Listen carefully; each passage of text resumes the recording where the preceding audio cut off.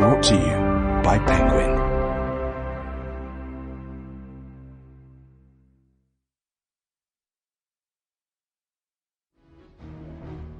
The Enemy by Lee Child.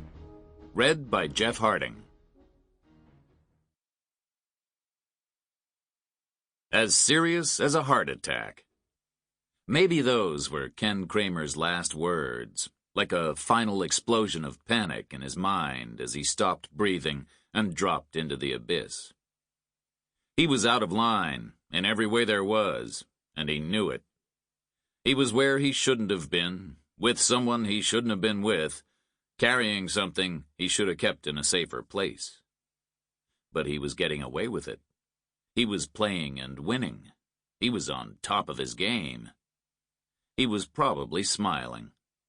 Until the sudden thump deep inside his chest betrayed him. Then everything turned around. Success became instant catastrophe. He had no time to put anything right. Nobody knows what a fatal heart attack feels like. There are no survivors to tell us. Medics talk about necrosis and clots and oxygen starvation and occluded blood vessels. They all predict rapid, useless cardiac fluttering or else nothing at all. They use words like infarction and fibrillation, but those terms mean nothing to us. You just dropped dead is what they should say. Ken Kramer certainly did. He just dropped dead, and he took his secrets with him. And the trouble he left behind nearly killed me, too. I was alone in a borrowed office. There was a clock on the wall. It had no second hand, just an hour hand and a minute hand. It was electric. It didn't tick.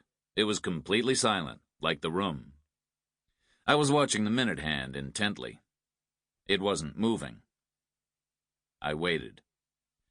It moved. It jumped ahead 6 degrees. Its motion was mechanical and damped and precise. It bounced once and quivered a little and came to rest. A minute. 1 down, 1 to go. 60 more seconds. I kept on watching. The clock stayed still for a long, long time. Then the hand jumped again. Another 6 degrees, another minute, straight up midnight. And 1989 was 1990. I pushed my chair back and stood up behind the desk. The phone rang. I figured it was someone calling to wish me a Happy New Year. But it wasn't.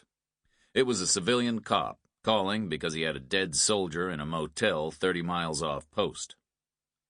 "I need the military police duty officer," he said.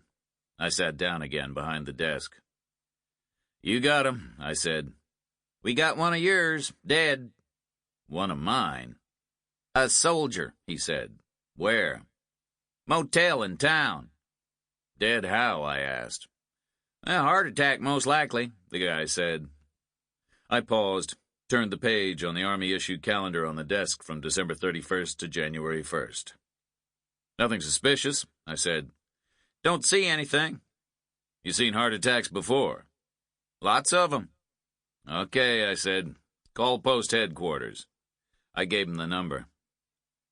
"Happy New Year," I said. "You don't need to come out?" he said. "No," I said. I put the phone down. I didn't need to go out. The Army's a big institution, a little bigger than Detroit, a little smaller than Dallas, and just as unsentimental as either place. Current active strength is 930,000 men and women, and they're as representative of the general American population as you can get.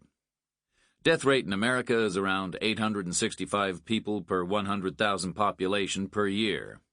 And in the absence of sustained combat, soldiers don't die any faster or slower than regular people. On the whole, they're younger and fitter than the population at large, but they smoke more and drink more and eat worse and stress harder and do all kinds of dangerous things in training. So their life expectancy comes out about average. They die at the same speed as everyone else. Do the math with the death rate versus current strength, and you have 22 dead soldiers every Sample complete. Ready to continue?